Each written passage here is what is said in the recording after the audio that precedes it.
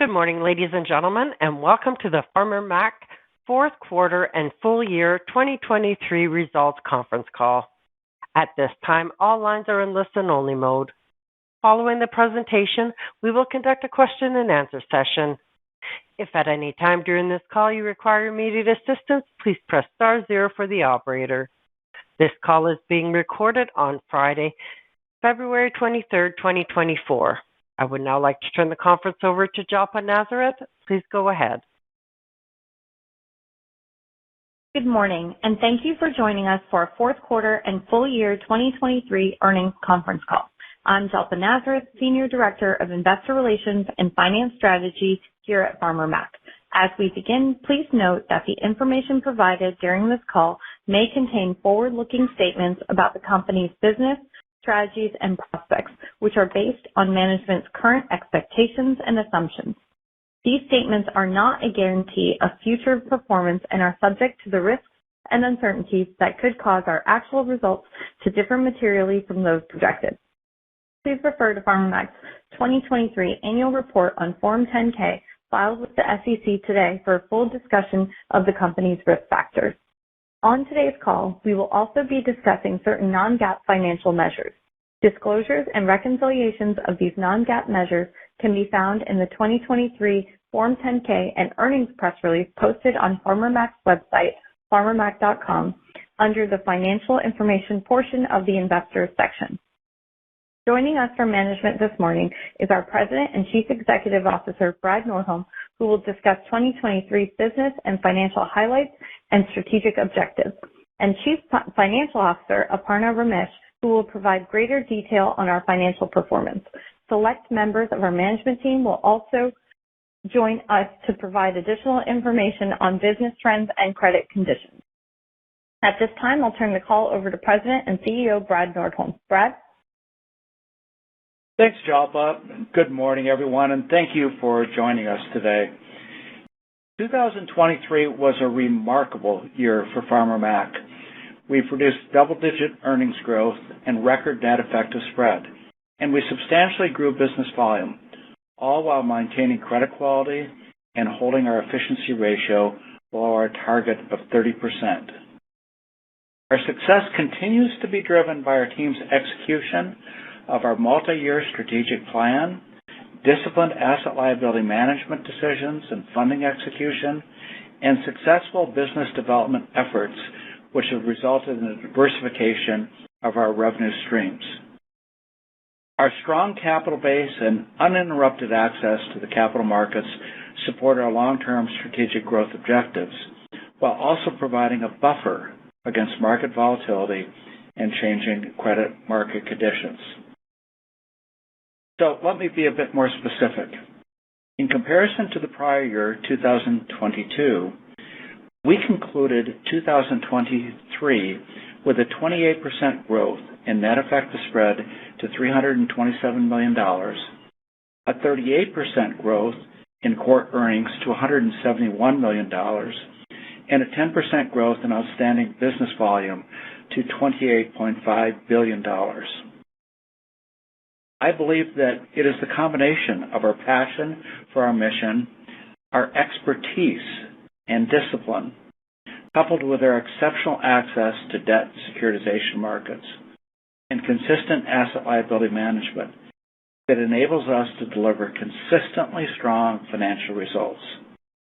I fervently believe that passion for mission, the passion from our employees, our board, our executives, I believe that it really turbocharges our expertise and discipline to deliver these exceptional results. As you read in this morning's press release, we announced a 27%, 30-cent per share increase in our quarterly common stock dividend to $1.40 per share beginning the first quarter of 2024. This reflects the 13th consecutive year that Farmermac has increased its quarterly dividend. We are resolved to increase our dividend on an annual basis, with a policy focused on achieving a targeted payout that balances a reasonable growth of both previous and future earnings, along with maintaining an adequate level of capital to exceed our requirements and support our expectations for our future business volume growth. As I've said for a couple of years, diversifying our loan portfolio and serving more of our clearly defined market segments has been a key priority over the last years, and that diversification is benefiting us through changing market cycles. In 2023, we provided a gross $8.3 billion in liquidity and lending capacity to lenders serving rural America, reflecting net year-over-year outstanding business volume growth of over $2.5 billion. The rural infrastructure line of business grew $1.4 billion, or 21% year-over-year to $8 billion as of year-end, primarily due to new AgVantage facilities with existing and new counterparties and growth within the renewable energy and telecommunications portfolios. The agricultural finance line of business increased $1.2 billion, or 6% year-over-year to $20.5 billion, primarily driven by the acquisition of approximately $600 million of mortgage servicing rights for farm and ranch loans held by and serviced for a third party. New AgVantage securities with their long-standing institutional counterparties, and loan purchase growth in farm and ranch corporate agribusiness. New AgVantage securities in the wholesale financing space were a key driver to overall volume growth in both lines of business. The continued demand within the space reflects the comparative competitiveness of Farmermac's AgVantage pricing relative to market alternatives. Looking ahead to 2024, we believe, especially given the uncertainty and volatility around the interest rate environment, that Farmermac will continue to be viewed as a unique relative value and diversifying funding source for many institutional counterparties. Driving exceptional growth in the rural infrastructure line of business were the renewable energy and telecommunications portfolios. As we predicted on a number of prior calls, our total renewable energy segment more than doubled in size during the year, and our telecommunications portfolio grew nearly 60% year over year. Given the strong demand for renewable power generation and storage and the growing investment in fiber and broadband in rural America, we continue to focus on strategic talent acquisition in these two areas to build our expertise and capacity as market opportunities arise. Our farm and ranch segment modestly increased over 2022, primarily because of the higher interest rate environment.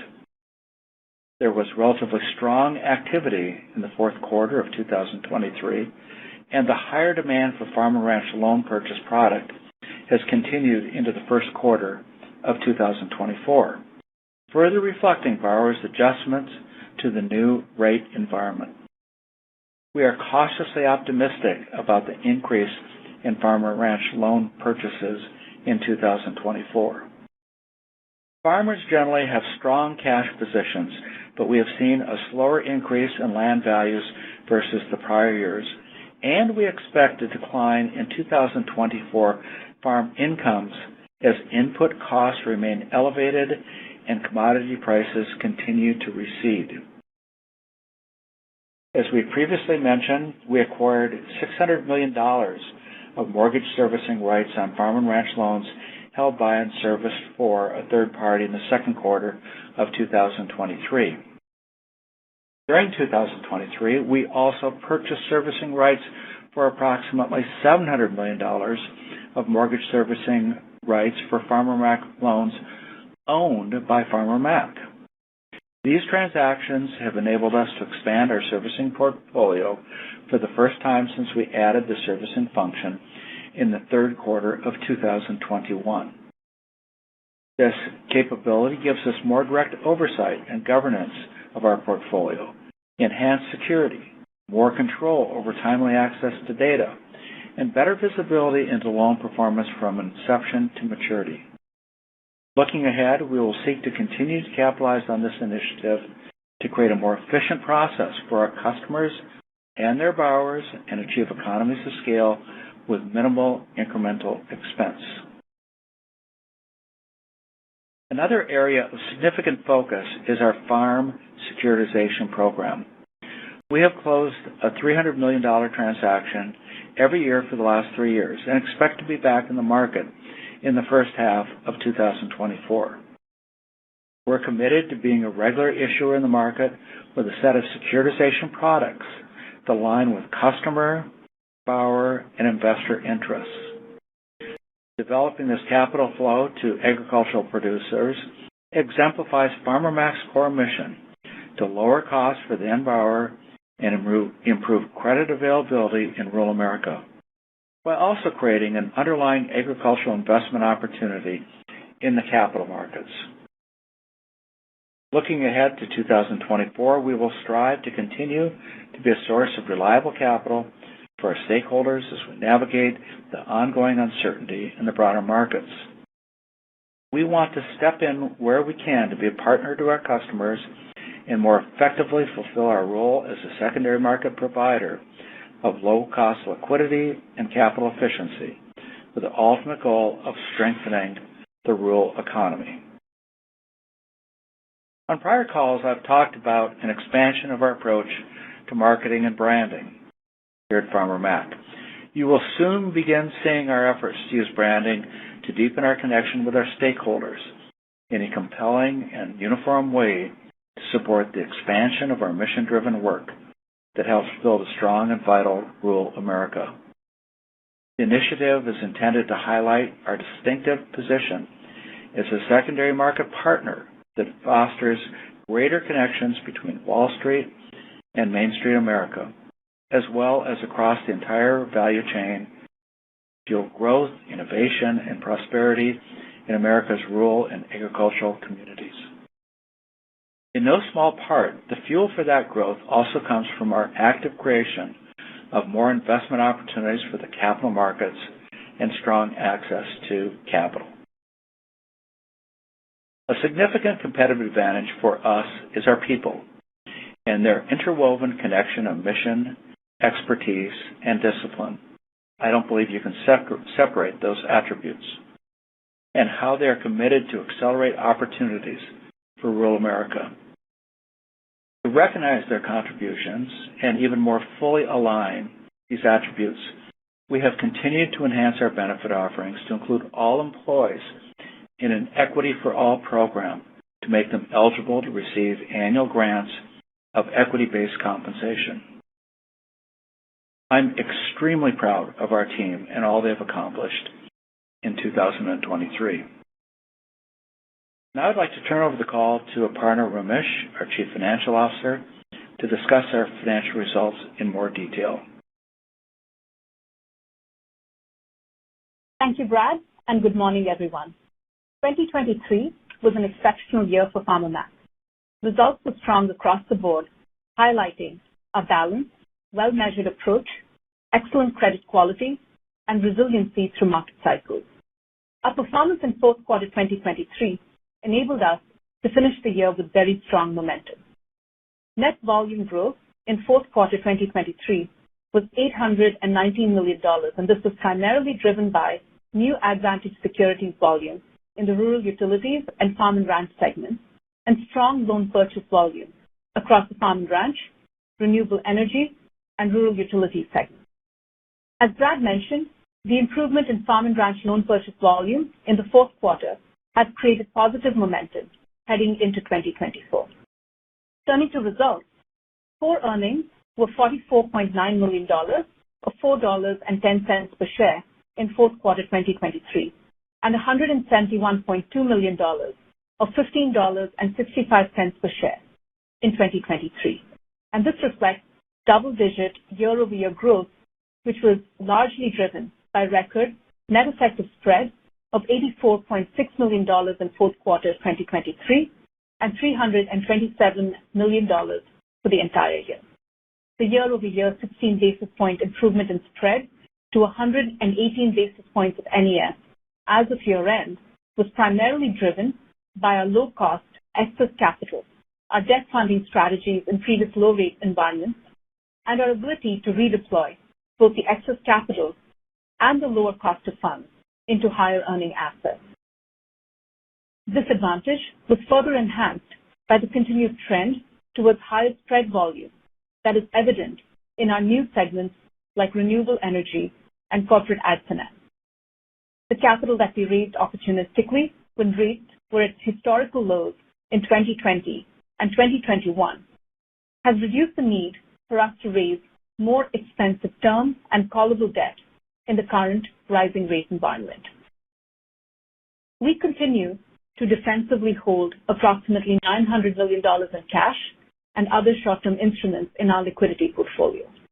Not only does this help us weather potential market disruption, our excess and highly liquid capital generates immediate returns in a high nominal rate environment. While the rise in short-term rates has provided a benefit to earnings, we project limited downside to earnings if rates decline in the future, and this is due to our proactive equity capital allocation strategy, where we're laddering and layering duration to minimize balance sheet and earnings volatility. Specifically, we expect to retain some of this benefit over the medium term, even if rates decline. And to that end, we've started extending maturities in our investment portfolio. Despite the macro headwinds, we continue to see strong access to debt capital markets and a general flight to quality investments, which allows us to be very well positioned to fund new asset opportunities as they arise. Our liquidity and capital positions continue to remain well in excess of all regulatory ratios, and our projections show minimal change in our profitability and limited exposure to movement in interest rates, where the market projected rates go up or down. Farmermac maintained a monthly average of 307 days of liquidity through 2023 and had 319 days as of December 31st, 2023. And these numbers reflect resiliency against short and medium-term market disruption. Turning to operating expenses, our operating expenses increased by 19% year over year due to increased headcount, increased stock compensation, and increased spending on software licenses and information technology initiatives, which included consultants to support growth and strategic initiatives. We concluded 2023 with 185 employees. Expenditures associated with the multi-year technology investment, which we've discussed before, in our treasury and cash management systems are being executed against to enhance our trading, hedging, and reporting platforms. And this initiative has contributed significantly to the year-over-year increase in expenses. This modernization effort is expected to position us to more effectively defend against cyber and fraud threats, and also allow us to scale our portfolio and diversify our product offerings that are in alignment with our business and funding strategies. We also plan to continue to make investments in strategic focus areas such as renewable energy, and these were strong revenue contributors in 2023, and to continue to modernize our infrastructure, including our servicing and loan platforms, to support our growth and strategic objectives. Despite a substantial increase in our expenses year over year, operating efficiency held at 27% at year-end, and this is below our long-term strategic plan target of 30%. This result is a testament to our accretive revenue strategies, as well as a substantial reduction in our cost of funds, driven by our disciplined approach to raising capital and managing balance sheet volatility. We'll continue to monitor our efficiency ratio and manage it such that we expect to remain at or below the long-run average of 30%. However, as we make investments in our loan infrastructure and funding platforms and continue to innovate our loan processes using technology to accelerate growth, we may see some temporary increases that could result in the efficiency ratio rising above the 30% level. Our credit profile continues to be very strong in aggregate, despite the economic headwinds. 90-day delinquencies were $35 million, or 12 basis points of our entire portfolio, and this reflects a decrease both sequentially and year over year. As of December 31st, 2023, the total allowance for losses was $18.3 million, and this reflects a $1.1 million provision compared to year-end 2022, and this is primarily due to a single telecommunications loan that was downgraded to substandard during the year. The provision was partially offset by a release related to a single collateral-dependent agricultural storage and processing loan that fully paid off during the year. We ended the year with no charge-off. Let's turn now to capital.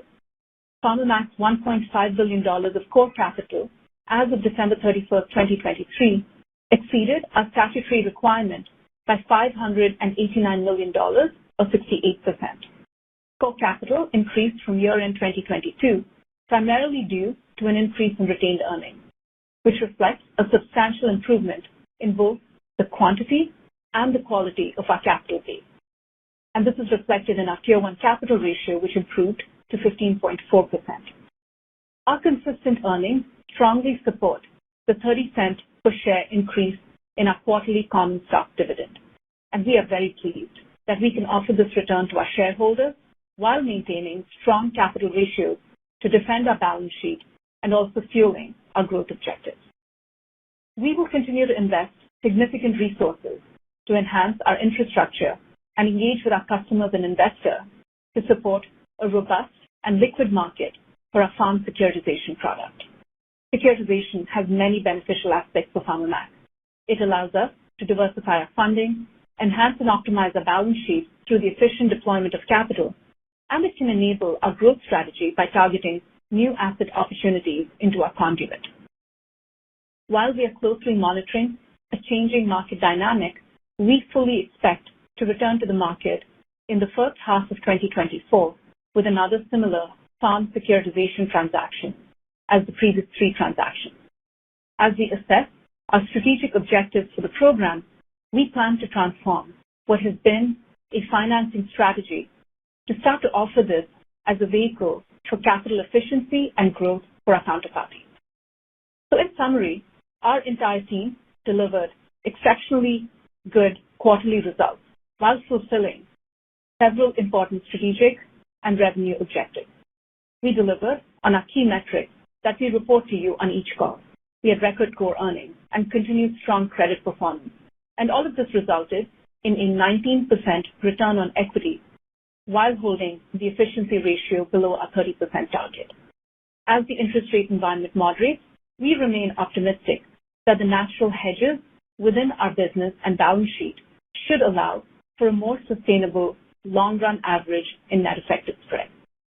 Looking ahead to 2024, we remain well-positioned and more optimistic than ever to deliver on our long-term strategic plan objectives.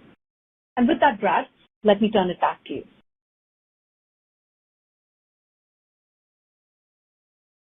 Thank you, Aparna. We are extremely proud of our financial results for 2023. As Aparna was saying, we believe that we're well-positioned heading into 2024 with strong liquidity and capital levels, a diversified business mix, highly effective risk management practices, and an expanded team of dedicated professionals.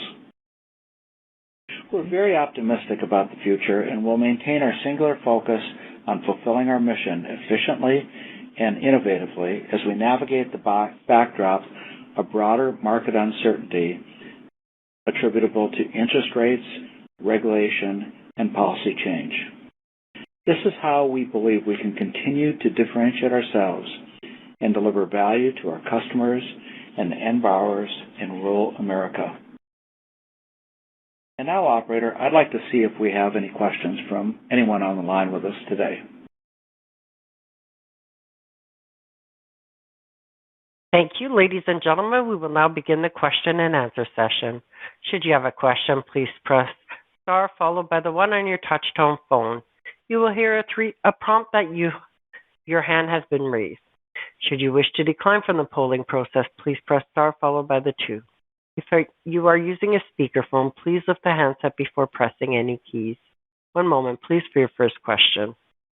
Your first question comes from Bill Ryan with Seaport Research. Please go ahead. Good morning, and congratulations on your 2023 results. Question on the margin, specifically the net effective spread on renewable energy and utilities, both improved quarter over quarter, renewable energy quite a bit. I believe, Brad, last quarter you talked about maybe some pricing strategies that were being implemented to maybe enhance some of the yields. Could you talk about what the drivers of the margin in the quarter was, or the NES in those two business lines? Hey, Bill. Good morning. And thanks very much. We also have Zach Carpenter on, so I'm going to ask Zach to provide you with a little additional color. But I believe on prior calls I talked about how over the last few years we have really tried to move our pricing from being pricing that really achieved the lowest acceptable threshold from Farmermac to pricing that reflect more of the market. And that's resulted in more variation between business segments and also within deals within the business segments. So that's a part of it. We also are becoming better established in the markets and have a growing reputation among market players, which allows them to see us as a premium player. And that puts us in a position of a bit better negotiating position as well. But let me turn to Zach to really kind of flush this out for you in more detail. Yeah, happy to, Brad, and thanks, Bill. Brad touched on most of the key attributes. I'd highlight three main things. Focused on rural utilities. Just remember the telecommunications portfolio is included in that segment. That sector by itself has much higher net effective spread, just given the risk profile of those transactions. And again, in that space, we're really focused on pricing to market and making sure that the transactions that we're bringing on board reflect the risk that we have in those. I'd say the second is more of a market construct in terms of the volatility we've seen. What that created in 2023 was kind of a widening of credit spreads across, I think, most sectors of Farmermac. And so as we execute in all three of the spaces, portfolios, telco, rural utilities, and renewable energy, we saw a widening of credit spreads in 2023, which also resulted in an increase in net effective spread. And the last thing I would note is just specifically focused to renewable energy. Our primary target and focus is really in that middle market type transactions and not necessarily the largest transactions in the market. And that by itself has focused us more on, I'd say, more accretive net effective spreads than some of the other transactions. So I think the combination of those three things is really what caused an accretive net effective spread in the rural infrastructure space. Okay.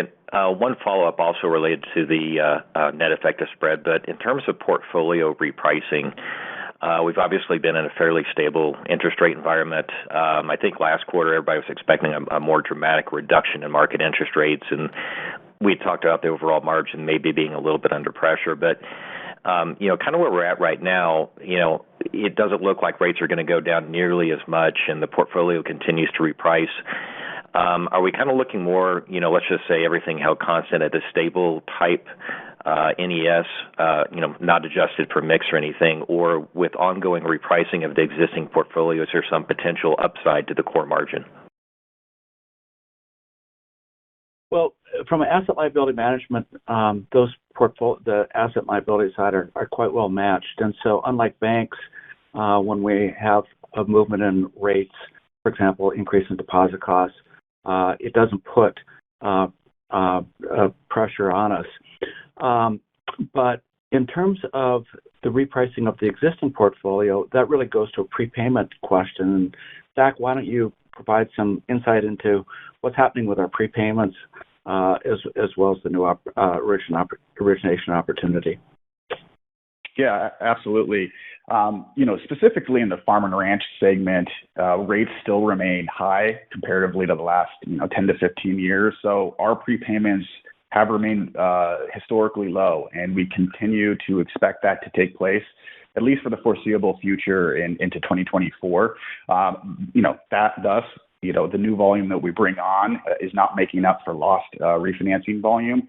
And that would tend us to think that spreads will be relatively stable in the farm and ranch line of business.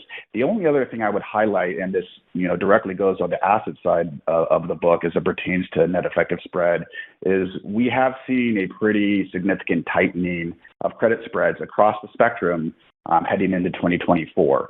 And so as we look at kind of our other products and segments, we'll take that into consideration as we look to deploy more capital. But, again, the volatility in the market kind of moved the other way starting in 2024. And so that could impact certain refinancing activity in some of the other segments. But in our core farm and ranch and corporate ag segment, I think we're pretty confident that it's going to be relatively stable, at least for the foreseeable future. Okay. Thanks for taking my questions. Your next question comes from Bose George with KBW. Please go ahead. Hey, everyone. Good morning. Just wanted to follow up on the spread question. If the Fed does cut rates in the back half of the year, is the impact mainly on the Treasury function, just with your cash there, and in terms of the hedges that you discussed, is it really kind of to offset the impact, on that part of the liability structure? Yeah, I think we've commented, Bose, on and good morning. I think we've commented on the relative stability of spreads around our loan portfolio. So, Parna, why don't you, since we do carry a very large investment in liquidity portfolios, why don't you provide some insight into how rates would impact that? Yeah, absolutely. And good morning, everyone. Thank you both for your question. Let me just comment on that briefly. As we've highlighted, we manage our books such that we have little to minimal volatility, whether rates go up or down. More specifically, as you think about our investment portfolio, something that we've started to do and we actually put in place in the fourth quarter of last year is what I would call a laddering strategy with respect to our duration. So what that really means is that as we look at this $1 billion plus of what I would call relatively short-term investments, essentially sitting in overnight money, which has been very, very accretive, we've taken aspects or portions of those and really very systematically extended them over a 2, 3, 5-year horizon. And what that will have the effect of doing is, in the short run, if the Fed were to continue to raise rates, we'd be giving up that incremental spread that we would have gotten if we hadn't actually extended out. But what it does do is it positions us extremely well, as you noted, in the back half of the year, where there is an anticipation that the Fed might start to lower interest rates. It's going to keep us at a point that is going to be quite steady. And what that means is that it will not create a dramatic amount of volatility in our net effective spread, and it will actually lock in a lot of the benefits that we have seen over 2023 that has come from having raised extremely accretive capital at very low interest rate environments that have continued to reprice. We've essentially locked in a vast amount of those benefits by extending our duration in what we call an equity allocation strategy. So I hope that helps, but we don't anticipate to see any volatility or minimal volatility as a result of a repricing down of interest rates as it pertains to our liability side of the house. And then you heard from Zach just in terms of how we plan to manage our asset side of the house. But these are some of the natural hedges that we have within our business model where, we tend to benefit and we try to manage our volatility, whether interest rates go up or down. Okay, great. That's helpful. Thanks. And then can you just talk about the possibility or the outlook for generating volumes from some of the other farm credit system banks that you don't work with or you're less active with at the moment? Sure. I think we've previously mentioned that our relationship with farm credit system banks and associations is very important here at Farmermac. We have remarkably common missions. And we are already doing business with a couple of the banks and a number of associations.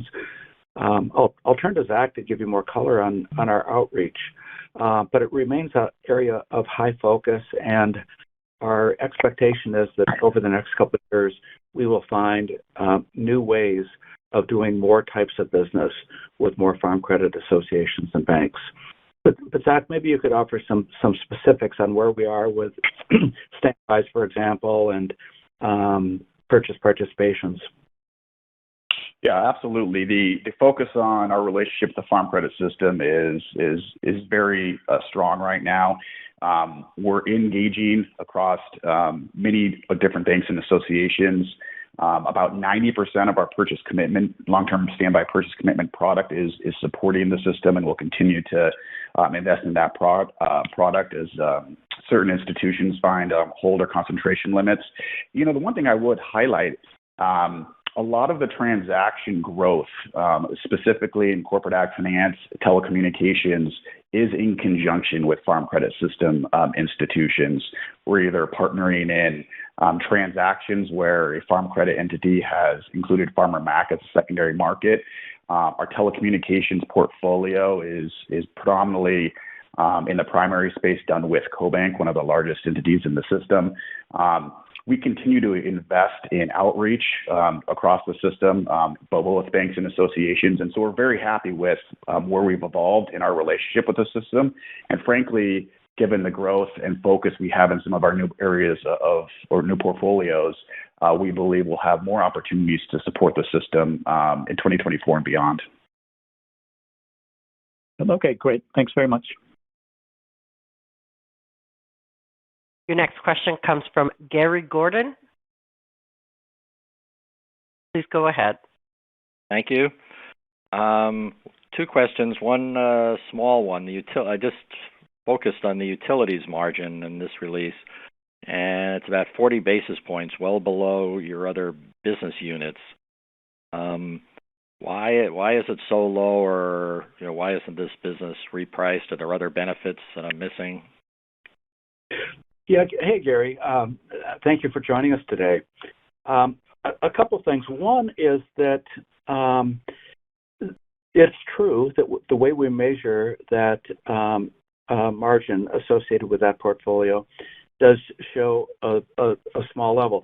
But keep in mind a couple of things. One, many of the borrowers in that portfolio are investment grade, and some of them are even high investment grade.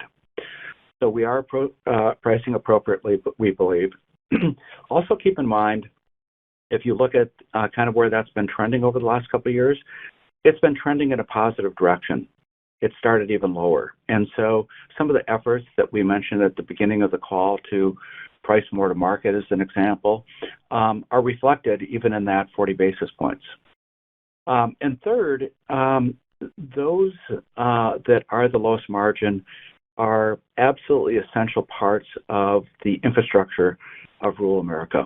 At the end of the day, the rural electric cooperatives are owned by farmers and rural Americans. The generating transmission electric cooperatives owned by rural electric associations.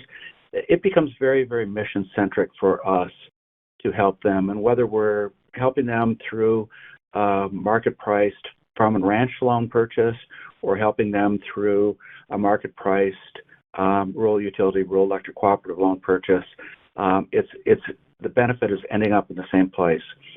The final point I'd make about that is that when you think about that portfolio, we've had no charge-offs. We've actually had no delinquencies ever.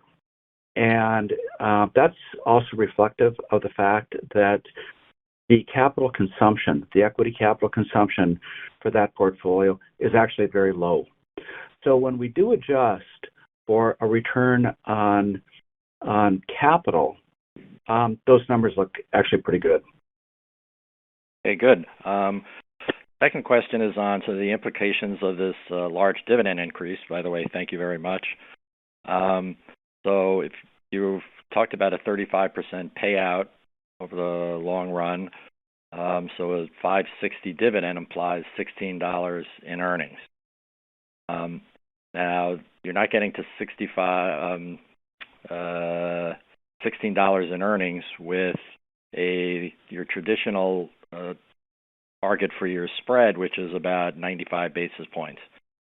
Is it safe to assume that what you would consider your normal, or let's say for the foreseeable future spread, that it's reasonable to talk about a materially higher number?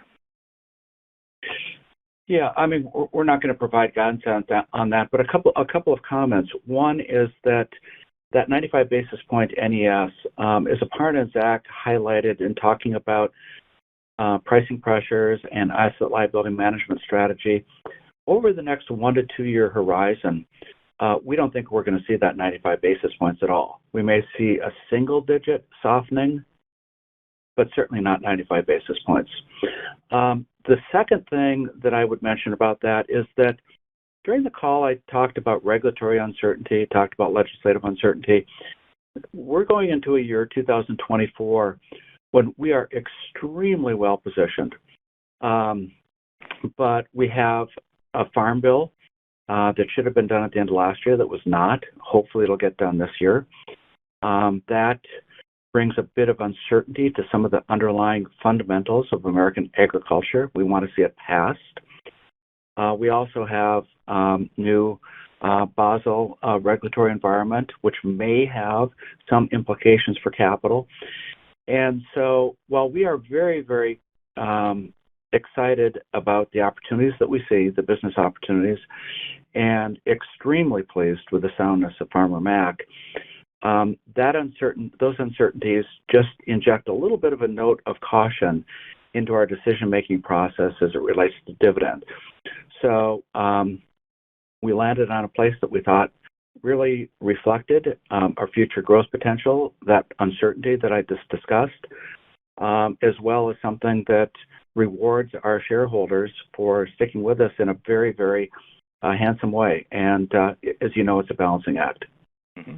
Brad, if I might just add an additional point, and that has to do with what we've mentioned around the quality as well as the quantity of capital.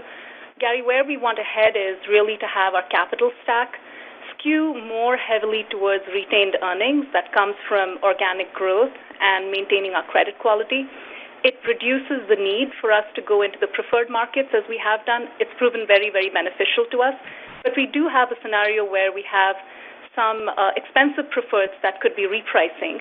And by really making sure that we're maintaining our capital base such that we're skewing more towards quality of capital with retained earnings, it gives us more degrees of freedom in terms of letting some of those expensive preferreds go and not have to really worry about going into the market at a time that might not be accretive for us. So it's really just a balancing act for us in terms of managing our capital stack as well as fueling our balance sheet for additional growth. Okay, thank you very much. Your next question comes from Brendan McCarthy with Sidoti. Please go ahead. Hey, good morning, everybody, and thanks for taking my questions. Just wanted to start off looking at the wholesale financing business. I understand the value proposition has really increased for institutional counterparties in the elevated interest rate environment. But just wondering if you can expand on, where the benefits have flowed through on the segment level. Yeah, and I'll ask Zach to give you some specific color on that. But just generally speaking, as you noted, the higher interest rate environment and frankly, the absence of Federal Reserve Bank support of liquidity facilities for financial institutions has created more of a competitive advantage for us, as we noted in our comments. And that's driving new opportunity. Some of that opportunity is with customers we had in the past and we let go because we didn't like the pricing. But some of it is new opportunity as well. But Zach, you might just kind of explain where this is all coming from. Yeah, happy to. Not to reiterate a lot of what Brad said, but I think one of the key drivers is, clearly the volatility in the market, and a lot of these large corporate institutional counterparties are looking to just diversify, all the different funding sources they have. If you're in the public bond market, you see significant increase in gap and added credit spreads, which we did last year. Farmermac and our secured AgVantage facility is a relatively comparative and better advantage to those counterparties.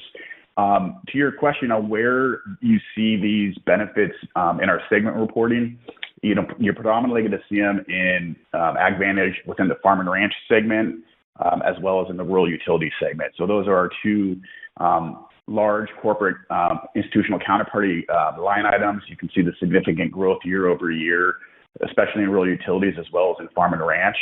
And so that's generally where we saw, at least in 2023, the growth opportunity and the increase in net effective spread that rolls up into those segments. And then heading into 2024, we anticipate a broader discussion with numerous other counterparties in terms of the benefits we could provide, given the aforementioned comments. Yeah. Brendan, one other thing I'd just like to add to this is that there's a strategic aspect of this as well, because when we have an AgVantage facility, we are evaluating the underlying collateral that's being pledged. And that underlying collateral are typically loans that, as an alternative, we'd like to own, that we'd like to purchase. And I think over the last 6 to 9 months, we've probably been able to initiate more discussions with some of those AgVantage counterparties about their strategic objectives and whether a sale for them, a purchase by us, of some of those underlying loans fits their strategic objectives better. And too early to say that that's going to yield results, but we're encouraged that we're engaged at such a strategic thought level with so many of these counterparties, and are optimistic that at some point in the future we will show that we can provide another source of liquidity to them through a different type of facility, a loan purchase rather than an AgVantage facility. Great. That's very helpful. And, I know you mentioned a big part of that story has been business development efforts and branding and just kind of, marketing efforts as well. Can you specify, what exactly, has kind of driven that diversification of counterparties?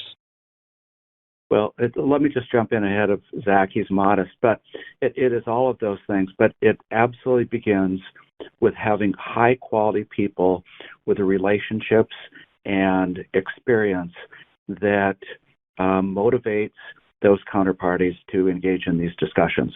And we have hired Zach has really hired some absolutely outstanding people over the last couple of years that are enabling us to do that. Got it. And kind of switching gears here to, the outlook on prepayment risk. I understand, should we see a potential decline in rates in the back half of the year, obviously I assume prepayments will pick up in the core farm and ranch business. But can you touch on, the prepayment outlook for the other segments? I know prepayment risk is very low in the rural utility segment, but maybe if you can expand on the other business lines. Yeah, Zach, can you just run through all the segments? Yeah, happy to. You're spot on. In the rural infrastructure side of the house, we don't anticipate much, if any, prepayment risk. Maybe some modest risk in the telecommunications portfolio. Generally speaking, those are all floating rate. But those are going to turn on a weighted average life of 3 to 4 years anyways. But, the rate environment isn't going to really increase that. In corporate AgFinance, those are just lumpy transactions in general. So the prepayment concept, it really isn't conducive in that segment. These are more M&A type transactions where you may get paid off, or you could participate in a larger facility.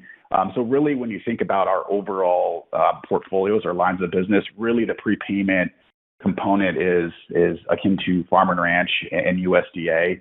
And if we see some, rate compression in the back half of the year, I think, as Aparna mentioned, we anticipate an increase in loan purchase, and we're kind of setting ourselves up to take advantage of a potential refinance opportunities. And remember, we've said this on prior quarters, a lot of our customers or community and regional banks are keeping those loans on the balance sheet to manage through a higher deposit payout environment.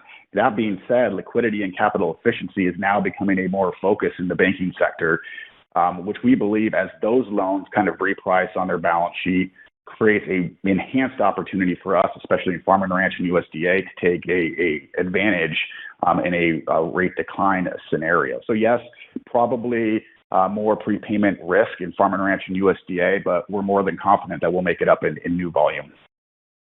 If I might just add one point as well, Brendan, we are fairly agnostic in terms of prepayment risk, and this has to do with how we manage our balance sheet from a hedging standpoint. So something that we've noted before, we tend to layer in callables such that they're fairly duration matched as we look ahead and think about prepayment risk. So even if we were to have prepayments, it wouldn't necessarily affect our margins very substantially. So, everything that Zach highlighted, prepayment risk is low across the segments, but in addition to that, from a funding standpoint, we're extremely well hedged, where we could simply call expensive debt and reprice that downwards such that we're maintaining our margins. Understood. That's helpful. And one more question from me, just on the farm economy as a whole. I know you mentioned land values have moderately declined, and farm net income appear to be reverting more towards historical averages. But can you just kind of talk on your outlook for the farm economy and how it impacts Farmermac? That's a big question because the decline in land values actually is pretty isolated. We've been doing a lot of work on that recently. Permanent crops in California are one place where there have been headlines about some modest decreases, and those tend to be almonds and other permanent crops where there are not multiple sources of water, where there may be some pressure on water availability, as well as the combination with low commodity prices. But we're not seeing it across the board, and as you know, our loan to current value on just about everything in our portfolio is extremely modest, well south of 50% on the portfolio as it stands. But yes, we're expected to see softening in farm income. Of course, that's an aggregate number for the entire sector. And we are an organization with 17,000 borrowers, each one of them with their own situation. But input prices are generally staying sticky and high, while commodity prices for major crops have been softening. And so, we're looking at, projected net farm incomes for the sector again this next year that will be somewhere in the neighborhood of 20% less than it kind of was at the peak.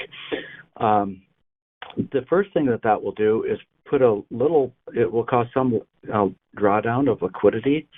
Farmers have been holding a lot of liquidity, and it'll cause some drawdown of that. We think that it may, especially if we have slightly lower interest rates later in the year, it'll start stimulating some additional borrowing activity. As Zach has mentioned, farm and ranch originations were slow, at least through the first 3 quarters of 2023, a little bit of pickup in fourth quarter. But that will cause some further pickup in the year. In terms of other segments of the farm economy, it probably tips them to a bit more borrowing, which could benefit us. We'll be continuing to apply the very, very disciplined credit standards that we have for many years here at Farmermac, so that we're continuing to make prudent credit decisions. So you put it all together, and it's probably a slight positive for Farmermac, even if it is a source of concern for our key constituents in rural America. Great. Thanks, Brad. That's all for me. Thanks, everybody. Your next question comes from DeForest Hinman with Bumbershoot Holdings. Please go ahead. Hey, thanks for squeezing me in. You're kind of beating around the bush on the loan growth outlook. There's a lot of moving parts, but I mean, simplistically, farm and ranch loans, high singles growth in 2021, about 10% growth in 2022, 8% growth in 2023. Is it still in that ballpark, or is it kind of a mid-single digit growth outlook for 2024 when we look at all these moving pieces? That's the first question. Yeah, I mean, we're not going to provide a precise forecast, but Zach, you want to try to give a little bit more color on that one? Yeah, I mean, I think the confluence of factors in the market is leading to us being, more optimistic in loan purchase activity in farm and ranch than we were in 2023. I mean, I noted earlier in a comment on the regional and community banking dynamic, managing capital, liquidity, deposits, that's having a real impact on those institutions, which, as their loan portfolio reprices, we think creates a great opportunity for Farmer Mac. The lower prepayment speeds, again, solidifies the portfolio. And so if we're able to take advantage of some of these dynamics, we're not making up any refinancings lost on our portfolio, limited supply of new land. And farm incomes, as Brad just mentioned in the prior question, it's going to come down. There's going to be stress in working capital. And, I think there's going to be interest in tapping into that equity. So, compare year over year and stepping into 2024, as we made in our prepared comments, I think we're more optimistic that there is a greater chance of enhanced growth in 2024 versus 2023. That being said, lots of things can change, be it the Farm Bill, be it a political year, be it interest rates. So it's hard to really pinpoint that, but I think we're stepping into more optimism than we were stepping into 2023. Okay, that's helpful. Renewable loan growth, very positive. You had 153% growth in 2022, 100% growth in 2023. We talked about the outreach on the syndication side, adding some head count. I mean, I don't think all those initiatives are in place, and we grew that loan book to 100%, and it's over $400 million. I think in the past we talked about the idea of that being $1 billion portfolio at some point. Can you just help us understand how that loan book looks going into 2024, and where could that end up, and then maybe even where could that be in 2025 if some of these initiatives gain traction?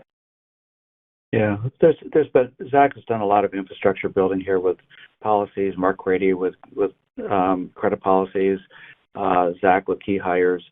So we saw that pick up in 23. It really accelerated in the back half of 23.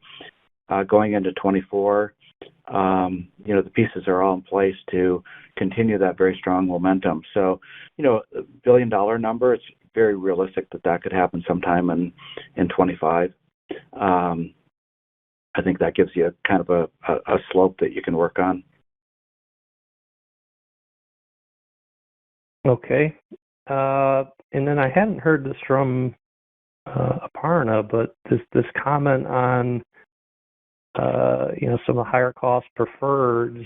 You guys are in the market for a number of years, but I do see that I think the Series C are actually redeemable in 2024. I mean, is that a preferred we'd be looking to remove? And then I think on a bigger picture question, is there any benefit to leaving the preferreds in place as it relates to how the regulators calculate your capital ratios? Are we pretty clearly saying, we'd like to remove those preferreds over time, and then as a result of that, it actually improves the dividend capacity to the common holders? So maybe just some more color there, and should we be expecting those preferreds to be removed over time with those call provisions?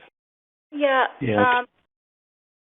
So I think that's an excellent question. It's something that we really think about in entirety. We don't really distinguish between our sources of capital, but we do make a slight distinction in our own minds as we think about the quality of capital, and the quality of capital being organic and retained earnings, because that then allows us to have a base of capital that we can very efficiently deploy for growth, but also in terms of really rewarding our shareholders in the here and now. So that's really the big picture in terms of how we think about our capital. In terms of preferreds, preferreds are an excellent source of capital for us. We have access to the retail preferred market. The way we think about our preferred issuances, DeForest, is we try to do that opportunistically. So in 2020 and 2021, we were able to tap the retail preferred market and issue preferreds that were sub 5% and sub 6%. And so we did that. And if we were ever able to do that again, that's exactly what we would do. These are fixed rate preferreds where we really hold the call option. The Series C that you note, you're absolutely right. that has an option where we can redeem it, and if we did not, then it would convert to floating. And as you know, in the current rate environment, that would result in additional costs, approximately to the tune of about $2 million per year.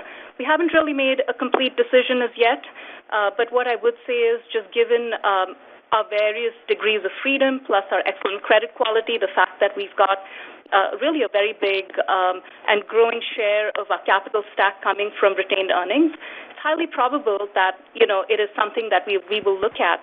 But preferreds are very much an option for us, and it will continue to be an option for us. But we look at it in terms of an expensive option versus something that's really opportunistic. So in this particular case, you're right, it is redeemable and it does convert to floating.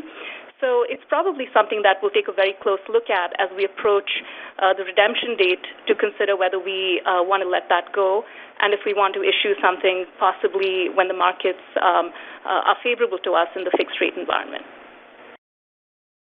Yeah, I'd just like to add. I mean, Harness talked about the optionality that we have, and whether we choose to redeem that in July or not will depend on factors that we're not looking at today. They will depend on factors that we're looking at in the second quarter. We'll be revisiting growth. We'll be revisiting Basel. We'll be revisiting Farm Bill, and taking into consideration all the things that you would expect management to be looking at before coming up with a position on that. But I would add, the other part of your question was, how do we stand with the regulators? Simply put, our levels of capitalization by every measure have never been stronger, and we far exceed all regulatory requirements. We do regular stress testing with regulators. We do well under that stress testing with our capital. Farmermac has never been stronger. And when you consider the financial results, return on equity of 19%, almost 19%, you consider the growth in earnings, you consider dividends, you consider the growth in the overall volume of Farmermac, that we have done that while also increasing capital, makes it even more remarkable, because oftentimes there's a trade-off. For us, there's not been a trade-off. So that gives us just a lot of flexibility, a lot of options to run this business to even greater success in the future. We're not constrained by capital.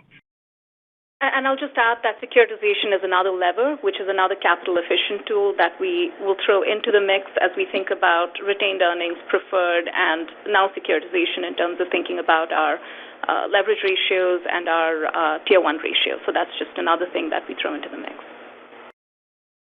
Yes, Brad, I agree. You've done a phenomenal job. I like the slide too with dividend CAGR. I mean, I think we talked about this in the past. I don't know if there's any company that's had a faster dividend growth than yours in the financial space. It's astounding, and the spreads continue to hold up, and you continue to see most financial companies be dealing with spread compression, and you haven't really had very much. You had, like you said, 19% ROE. That's incredibly attractive, especially from a consistency perspective. And we've talked about this before. The stock's still probably undervalued, but continuing to increase the dividend, hopefully, gets more people to look at the stock. Final question is, I've asked this many times before, just hiring. We added quite a few people in 2023. So can you update us on, who do we need to hire in 2024? Where does that stand in terms of, getting those people in place? And then can you give us an update on any of the IT initiatives that we've been, putting in place? Are they, partially done? Are they completed? Or is there more work to be done? And that's it. Thank you. Yeah, sure, of course. Yeah, we have expanded our employee base. I think we ended up 2023 with 184, 186 employees, something like that. And we have over the last couple of years, it's been a balance of funding and ALM related, business development related, core control and risk management related across the organization, compliance. You think about an organization with aggregate volume approaching $30 billion that has only 184 employees. We have to have a full suite of very, very talented people, doing a lot of functions that, banks our size do with literally thousands of employees. So we feel very good about the additional depth we've built in our organization. As we go into 2024 and kind of through our budgeting process, it's pretty simple. A little bit of emphasis on our branding and communications in terms of headcount, just a bit on IT, and the rest really is business development. We feel that we have built very, very strong origination, credit approval, credit administration, credit policy, funding, the platforms here at Farmermac, and now let's work to put more volume through them. That's kind of reflected in our choice of how we're allocating increases in headcount. The increases in headcount in 24 will be slower than they have been each of the last couple of years, we believe. As it relates to IT initiatives, there's a tremendous amount going on.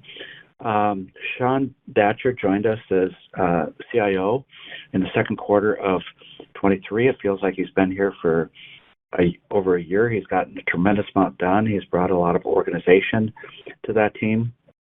And they're currently focused on many tactical projects, but two huge strategic projects. And I'll let Aparna and Zach comment on them. The first is what we call STARS, which we expect to finish this year, maybe even halfway through the year. And the other is an update to a hugely important and huge legacy platform here at Farmermac called AgPower. But Aparna, you want to provide an update on that and why it's so important? And then Zach, you too. Yeah, sure. Let me give you a bit of a sense about this treasury platform that we're embarking on. It is the most significant overhaul, I would say, of platforms at Farmermac. It impacts about 2/3 of the balance sheet, both on the asset side as well as the liability side. Something that most people don't know is that we have a significant amount of payments that really course through loan payments as well as debt holders. So we actually transact anywhere between $500 billion to $750 billion in terms of just payments. In addition to different securities, we have hedging and reporting, et cetera, as well as what we do with our wholesale financing. All of that really goes through these platforms. These have been platforms that have been in existence and really commend the team at Farmermac, the founding team that has really layered on and built these functions. But today we have options and we have commercial products that are out there. So we've been working with a consultant who's helped us through this journey over the last 2 years. And we've really selected two key vendors who are going to really provision platforms for both our front end, our middle office, as well as our cash management systems.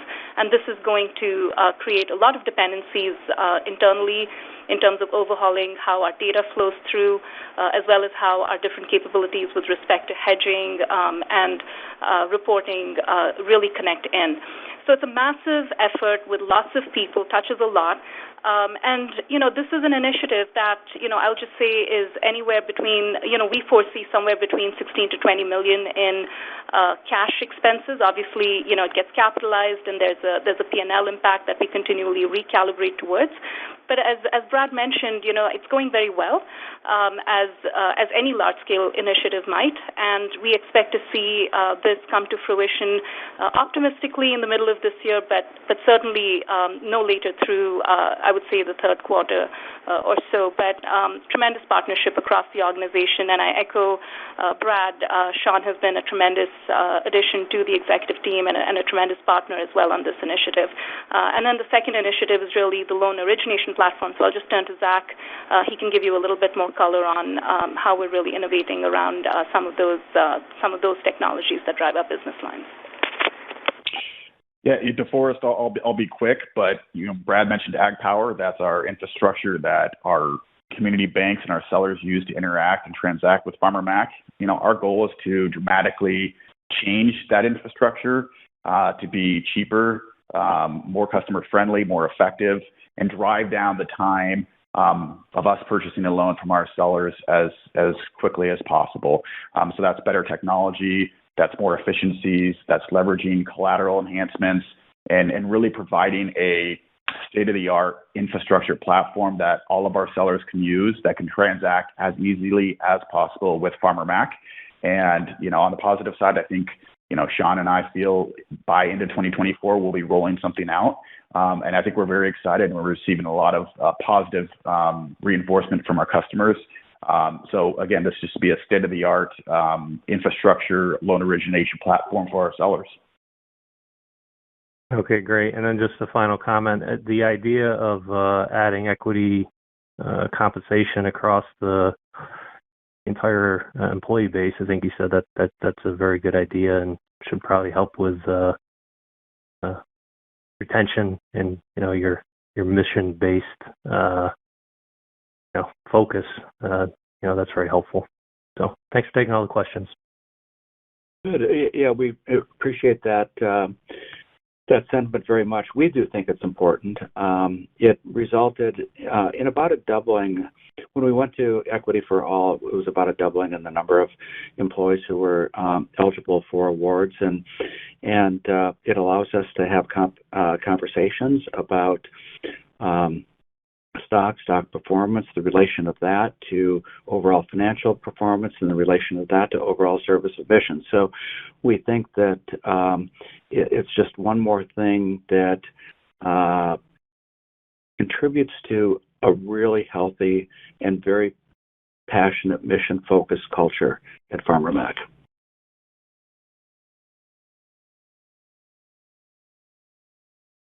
There are no further questions at this time. I would now like to turn the call over to Brad Nordholm. Please go ahead. Great. Well, thank you, everyone, for joining us today. We really appreciate your participation, your interest, and many great questions, which we hope we've addressed to your satisfaction. If you have follow-ups, of course, get in touch with Jalpa. But otherwise, we will be having our next regularly scheduled call in May to report our first quarter 2024 results, and we look forward to that very much. I hope you have a great day, and please stay in touch. Thank you. Ladies and gentlemen, this concludes your conference call for today. We thank you for participating and ask that you please disconnect your lines.